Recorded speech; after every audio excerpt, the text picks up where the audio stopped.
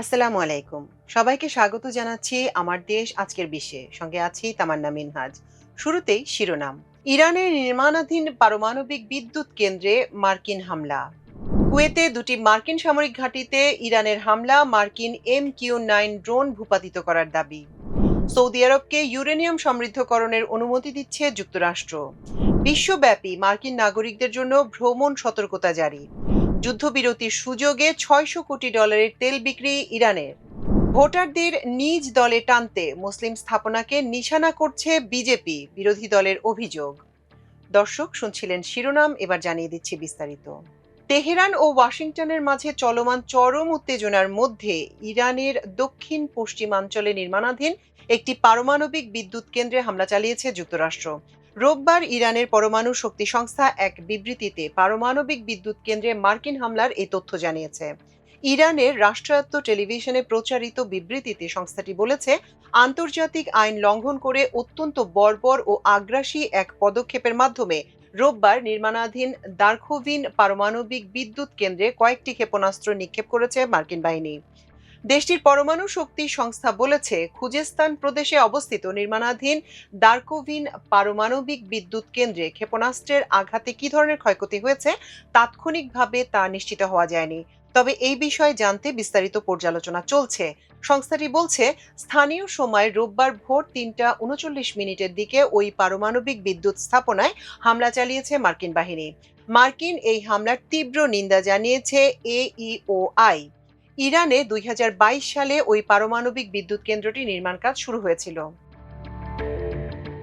কুয়েতে অবস্থিত যুক্তরাষ্ট্রের দুটি সামরিক স্থাপনায় বড় ধরনের ড্রোন হামলা চালানোর দাবি করেছে ইরান।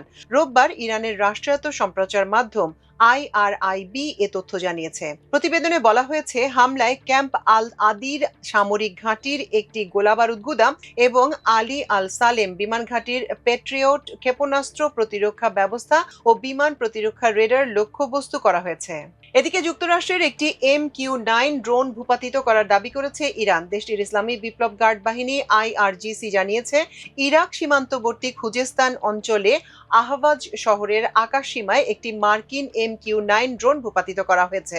রোববার কাতার ভিত্তিক সংবাদ মাধ্যম আল জাজিরার এক প্রতিবেদনে এ তথ্য জানানো হয়। সৌদি আরবকে নিজস্ব মাটিতে ইউরেনিয়াম সমৃদ্ধকরণের অনুমতি দিয়ে একটি পারমাণবিক চুক্তির খসড়া তৈরি করা হয়েছে। তবে মার্কিন প্রেসিডেন্ট ডোনাল্ড ট্রাম্পের চূড়ান্ত সই না মেলায় চুক্তিটি এখন আটকে আছে। ২০১৫ সালের অক্টোবরে এই চুক্তির আলোচনা শেষ হয়েছিল, কিন্তু ইরানের সাথে চলমান যুদ্ধের কারণে ট্রাম্প এতে সই করতে দেরি করছেন বলে জানা গেছে।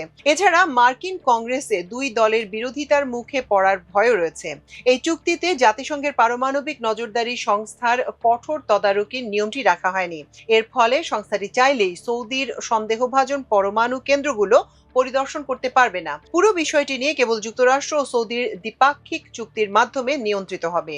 এই চুক্তির বিরোধীরা বলছে, সৌদির মাটিতে এই প্রযুক্তি দেওয়া বিপজ্জনক, কারণ তারা যে কোনো সময় এই কেন্দ্রে নিজেদের নিয়ন্ত্রণে নিয়ে নিতে পারে। অন্যদিকে চুক্তির পক্ষে থাকা ব্যক্তিদের যুক্তি হলো, এর মাধ্যমে আমেরিকার পরমাণু ব্যবসার বড় একটি লাভ হবে।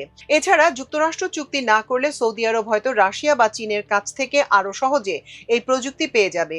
তবে বিরোধীদের মতে, যুক্তরাষ্ট্র যদি এভাবে নিয়ম শিথিল করে চুক্তি করে, তবে বিশ্বজুড়ে পারমাণবিক অস্ত্র ছড়ানো রোধ করা কঠিন হয়ে পড়বে। মধ্যপ্রাচ্যে ক্রমবর্ধমান উত্তেজনার প্রেক্ষাপটে বিশ্বের বিভিন্ন দেশে অবস্থানরত ও ভ্রমণরত মার্কিন নাগরিকদের জন্য বৈশ্বিক ভ্রমণ সতর্কতা জারি করেছে যুক্তরাষ্ট্রের পররাষ্ট্র দপ্তর।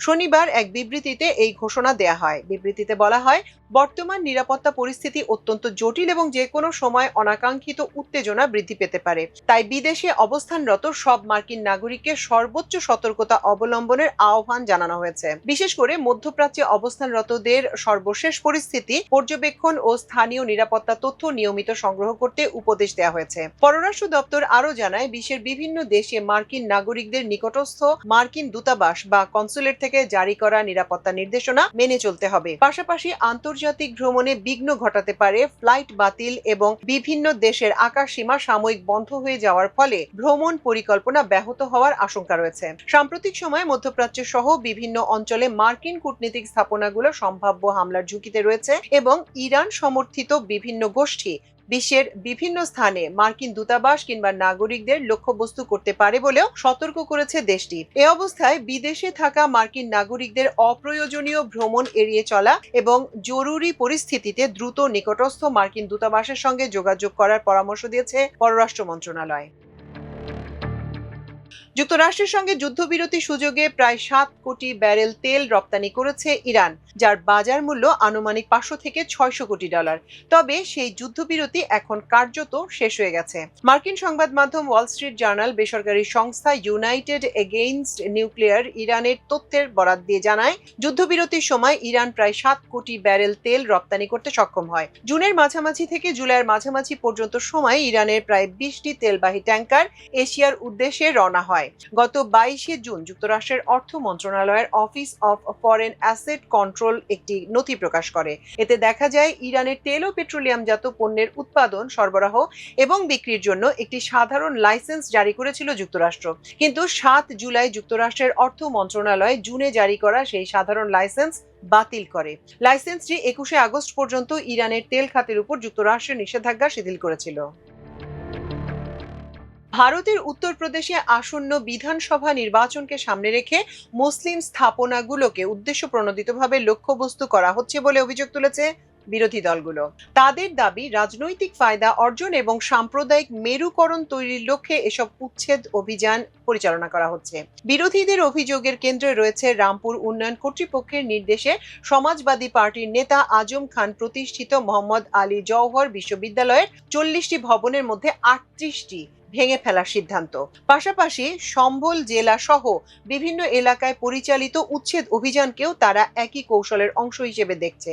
প্রদেশটির গাজীপুরের লোকসভা সদস্য এবং এসপি নেতা আফজাল আনসারি এসব অভিযানকে জঘন্য পরিকল্পনা বলে আখ্যা দিয়ে জানান, আগামী 6 মাসের মধ্যে বিধানসভা নির্বাচন যত ঘনিয়ে আসবে, অবৈধ দখলের অজুহাতে এ ধরনের অভিযান আরো তীব্র করবে। তার দাবি, অভ্যন্তরীণ জরিপে বিজেপির অবস্থান খুবই দুর্বল। তাই নির্বাচনী সুবিধা লাভের জন্য ধর্মীয় ভিত্তিতে সমাজকে মেরুকরণের লক্ষ্যেই এ সমস্ত চেষ্টা চালানো হচ্ছে। অন্যদিকে কংগ্রেসও একই ধরনের অভিযোগ করেছে। দলটির মতে, বিজেপির এ ধরনের লক্ষ্যভিত্তিক চেষ্টার মাধ্যমে মানুষের মনে প্রতিদিনই সাম্প্রদায়িকতা গেঁথে দেওয়ার চেষ্টা চলছে।